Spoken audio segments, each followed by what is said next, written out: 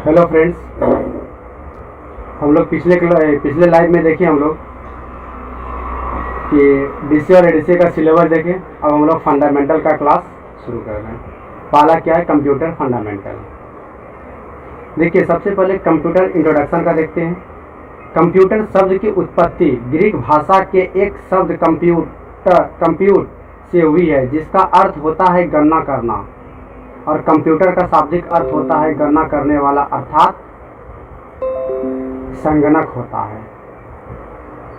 Computer की जो भाषा था वो ग्रीक भाषा से शुरू हुआ था, इसको हम लोग पहले कंप्यूट बोलते थे, और इसका अर्थ होता है क्या? कंप्यूटर का क्या अर्थ होता है? गणना करना। अब देखते हैं, हिस्ट्री देखते हैं कंप्यूटर का। सबसे पहला आया हेपस। इसकी खोज चीन ने लगभग 300 ईस्वी पूर्व में की थी। इसे काउंटिंग फ्रेम के नाम से भी जाना जाता है। इसका उपयोग मुख्य रूप से एशिया के कुछ हिस्सों में अंकगणितीय समस्याओं को हल करने के लिए हुआ।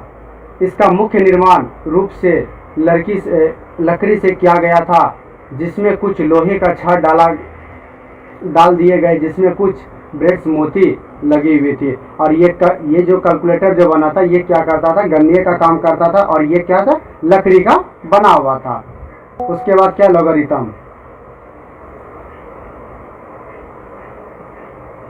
इसका खोज जॉन नेपियर ने सन 1914 में की। इसमें जोड़ने तथा घटाने के साथ साथ गुणा करने का भी हल निकाला गया। और ये लॉगरिथम जो था, ये भी क्या 1964 में आविष्कार किया, और इसमें क्या किया? जोड़ने और घटाने के साथ साथ गुणा का काम किया। और इसमें क्या था? 11 गो रॉड लगा हुआ था और 9 बराबर भागों में बांटा गया था। Side rule.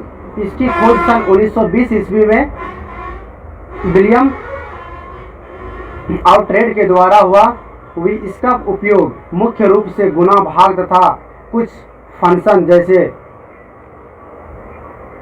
ट्रिगोमेट्री ईटीसी या लॉग एंड ईटीसी करने के लिए हुआ। इसका उपयोग मूल रूप से जोड़ने तक घटाने में नहीं हुआ। साइड रूल का इस्तेमाल अधिकतर इंजीनियर एंड साइंटिस्ट के द्वारा जटिल समस्याओं को हल करने में हुआ था। और साइड रूल का था ये 1620 में आया था। और इसका क्या काम था? जोड़ने और घटाने में नहीं था, लेकिन इसका क्या था? फंक्शन, कुछ फार्मूला को गुना भाग था, फंक्शन के फॉर्मूला में इसका मुख्य रूप से यूज हो रहा था। उसके बाद आया पाक्स लाइन। ब्लेस पास्कल नामक एक सन 1942 में इसका आविष्कार किया। यह एक मैकेनिकल कैलकुलेटर जिसे 18 वर्ष में एक फ्रेंच टॉक्स कलेक्शन के पुत्र ने बनाया था, जिसका नाम ब्लेस पास्कल था। और 1942 में जो आया वो मैकेनिकल, उसका नाम दिया गया था मैकेनिकल कैलकुलेटर, जो कि इसका फ्रेंच टैक्स कलेक्टर के पुत्र ने बनाया था, जिसका नाम क्या था? Blaise Pascal. इसे न्यूमेरिकल व्हील कैलकुलेटर के नाम से भी जाना जाता है। इसके आविष्कार से उसके पिता को कैलकुलेशन करने में काफ़ी आसानी हुई थी, और उनके पिताजी को कैलकुलेशन करने में बहुत ही दिक्कत होता था, जो कि उनके बेटे ने एक ऐसा मैकेनिकल कैलकुलेटर निकाला जो कि पिता को काफ़ी आसान हो गया कैलकुलेशन करने में। अब आता है डिफरेंस इंजन। चार्ल्स बेबेज सन 1922 में इसका आविष्कार किया। इसे मुख्यतः डिफरेंट इक्वेशन को हल करने के लिए किया गया था। डिफरेंट इंजन जो आया, जो चार्ल्स बेबेज ने लेकर आया, वो डिफरेंट इक्वेशन को हल करने के लिए किया गया था। उसके बाद क्या आया? Electrical engine. सन 1932 में चार्ल्स बेबेज अचानक साधारण उद्देश्य का एक इलेक्ट्रॉनिक्स कंप्यूटर का आविष्कार करने के लिए प्रेरित हुए, जिसके बाद उन्होंने एनालिटिकल इंजन का आविष्कार किया। यह कंप्यूटर के इतिहास का सबसे पहला इलेक्ट्रॉनिक्स कंप्यूटर था जिसे चार्ल्स बेबेज ने बनाया, अतः चार्ल्स बेबेज को ही कंप्यूटर का जन्मदाता, पितामह, आविष्कारक, जनक इत्यादि भी कहा जाता है। अब एनालिटिकल इंजन जो बनाया 1932 में चार्ल्स बेबेज, अचानक एक उसके दिमाग में आया कि ये कंप्यूटर जो है एक बिजली से चलने वाला बनाएंगे, जो कि कंप्यूटर के फादर हम लोग किसको बोलते हैं? Charles Babbage. और चार्ल्स बेबेज जब से आया तो कंप्यूटर बिजली से चलने लगा। उसके बाद हम लोग देखते हैं फुल फॉर्म ऑफ कंप्यूटर। सबसे पहले फुल फॉर्म देखते हैं। सी से क्या होता है? कॉमनली या कॉमन, जिसको हम लोग बोलते हैं आमतौर पर। ओ से होता है ऑपरेटर। ऑपरेटर मतलब होता है चालक। एम से मतलब होता है मशीन। मशीन मतलब हो गया, मशीन का हिंदी हो गया यंत्र। पी से पार्टिकुलर, विशेष रूप से, खास रूप से। यूज मतलब हो गया प्रयुक्त, मतलब जहाँ पे प्रयोग हो रहा है। टेक्निकल मतलब हो गया तकनीकी। या टेक्नोलॉजी। एजुकेशन मतलब शैक्षणिक शिक्षा, शैक्षणिक या शिक्षा। रिसर्च मतलब क्या होता है, अनुसंधान। What is computer? कंप्यूटर एक ऐसी इलेक्ट्रॉनिक्स मशीन होती है जो हमारे द्वारा प्राप्त सूचनाओं को निर्देशों के अनुसार हल करके हमें अंतिम रूप में इसका परिणाम उपलब्ध कराती है। बिना निर्देशों के कुछ भी नहीं कर सकता। अब कंप्यूटर जो है बिजली से चलता है, और बिजली से चलने के बाद ये क्या करता है, इनपुट डाटा को लेने के बाद वो प्रोसेस करता है। प्रोसेस करने के बाद जो हमें आउटपुट मिलती है उसे हम लोग क्या बोलते हैं, आउटपुट। जो हमें आउटपुट मिला उसको लोग आउटपुट बोलते हैं। और ये प्रोसेसिंग होने का काम, और आउटपुट जो हमको मिलता है वो डिस्प्ले पे, मॉनिटर पे शो होता है, जो हम लोग को आउटपुट दिखता है। दूसरे शब्दों में हम कह सकते हैं कि एक कंप्यूटर डेस्क और डाटा कंप्यूटर टास्क और डाटा को प्राप्त कर निर्देशों के आधार पर प्रोसेस कर अंतिम रूप से हमें रिजल्ट और इंफॉर्मेशन उपलब्ध कराती है। इसको हम लोग कह सकते हैं डाटा जो हम लोग को दिखता है, जो प्रोसेस करके वो अंतिम लोग रिजल्ट और इंफॉर्मेशन जो देता है उसे हम लोग कंप्यूटर कहते हैं। द प्रिंसिपल सिद्धांत ऑफ कंप्यूटर। हम लोग देखते हैं इनपुट, प्रोसेसिंग और आउटपुट। अब देखिए यहाँ पे क्या हो गया, इनपुट पहला हम लोग इनपुट दिए, प्रोसेसिंग हुआ, प्रोसेसिंग होने के बाद आउटपुट गया। अब आता हम लोग इनपुट। अब इनपुट में देखते हैं हम लोग एक चाय को बनाते हैं। चाय को बनाने का काम देखिए सबसे पहला क्या हो गया, वाटर, मिल्क, टी लीफ और शुगर एक पतीला में दे दिए। उसके बाद प्रोसेस का काम कौन किया, आग किया, जो कि गैस चूल्हा से जलाएं या आग से जलाएं। और रिजल्ट क्या हुआ, जो हमें सॉरी आउटपुट और रिजल्ट हम लोग किसको बोलेंगे, जो हम लोग को कप में जो चाय मिला उसको हम लोग क्या बोलेंगे, आउटपुट। कंप्यूटर की विशेषता अब होता है गति, शुद्धता, तर्क, अनुसंधान, स्मारक। ये सब क्या हम लोग का शुद्धता है। जैसे मान के चले अभी हम लोग का यूज सबसे अधिक कंप्यूटर का हम लोग बहुत ही ज़्यादा मतलब इसमें हम लोग बोल सकते हैं कि 1 सेकंड के अंदर लाखों गणनाओं को हम लोग करके देते हैं, जो शुद्ध के रूप में देता है, जो हम लोग का शुद्धता होता है, मतलब हल करके वो देता है।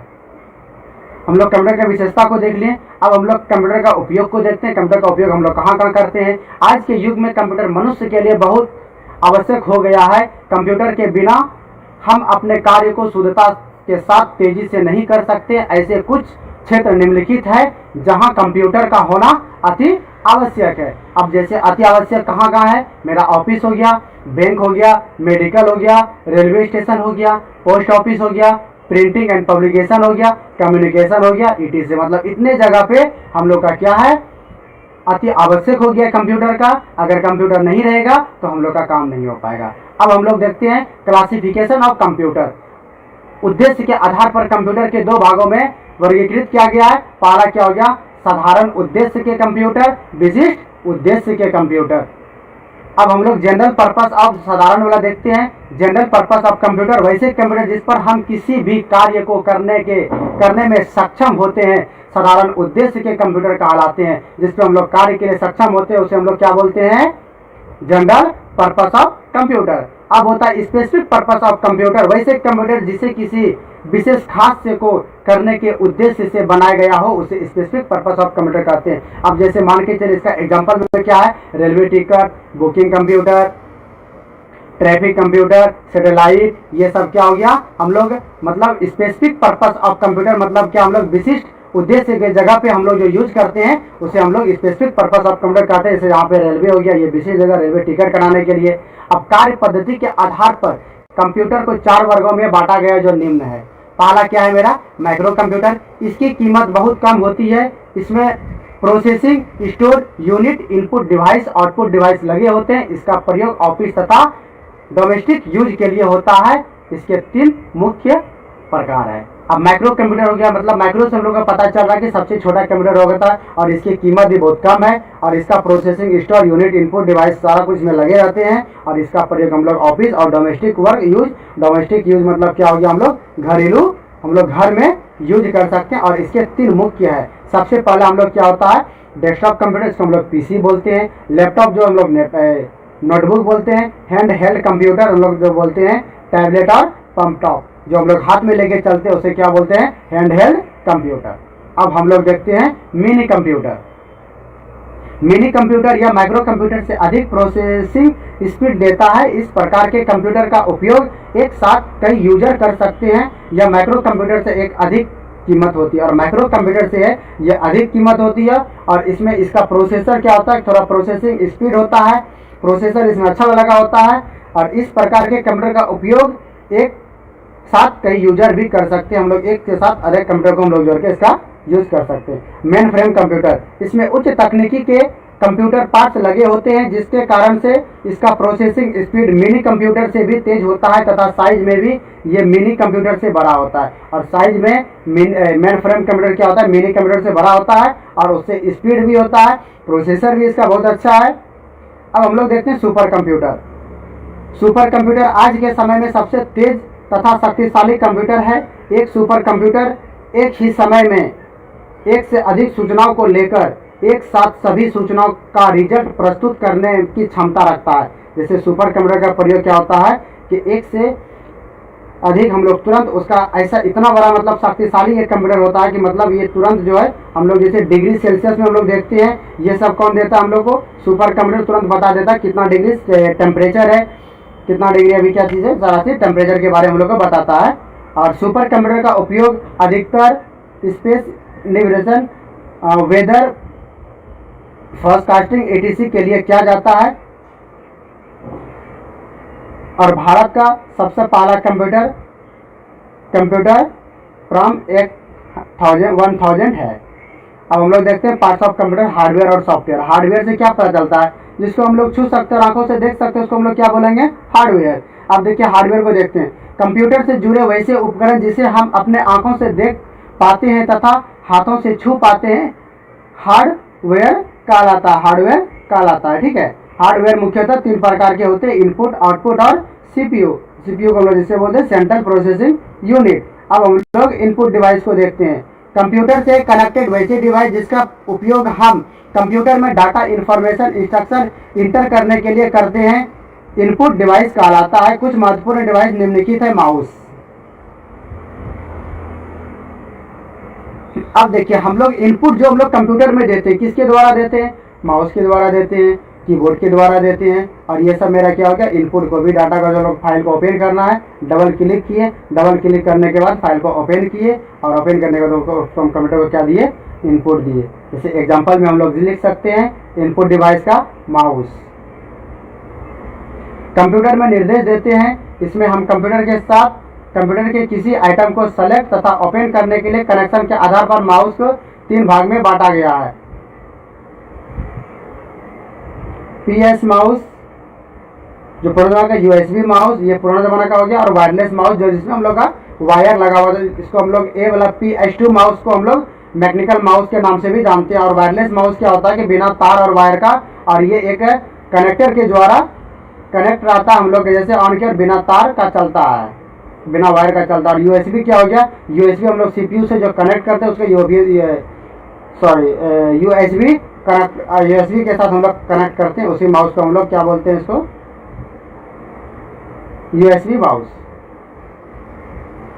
माउस में मुख्यतः रूप से 3 बटन होते हैं, पहला हो गया लेफ्ट, फिर हो गया राइट, फिर हो गया स्क्रॉल। हम लोग लेफ्ट बटन को हम लोग प्राइमरी बटन भी बोलते हैं, राइट बटन को हम लोग सेकेंडरी बटन भी बोलते हैं, स्क्रॉल बटन को हम लोग व्हील बटन भी बोलते हैं। कि मतलब कितना बटन होता है इसके अंदर, एक माउस के अंदर 3 बटन होता है। आज हम लोग यहीं तक लाइव रहने देते हैं, उसके बाद कल हम लोग जो लाइव करेंगे वो हम लोग पढ़ेंगे कीबोर्ड। आप लोग इसी तरह मेरे चैनल पे बने रहिए, और जो भी इस चैनल पे नए हैं कृपया करके वो सब्सक्राइब कर दें, बेल आइकन को प्रेस कर दें, जो कि आप लोग को नोटिफिकेशन हमेशा मिलते रहे।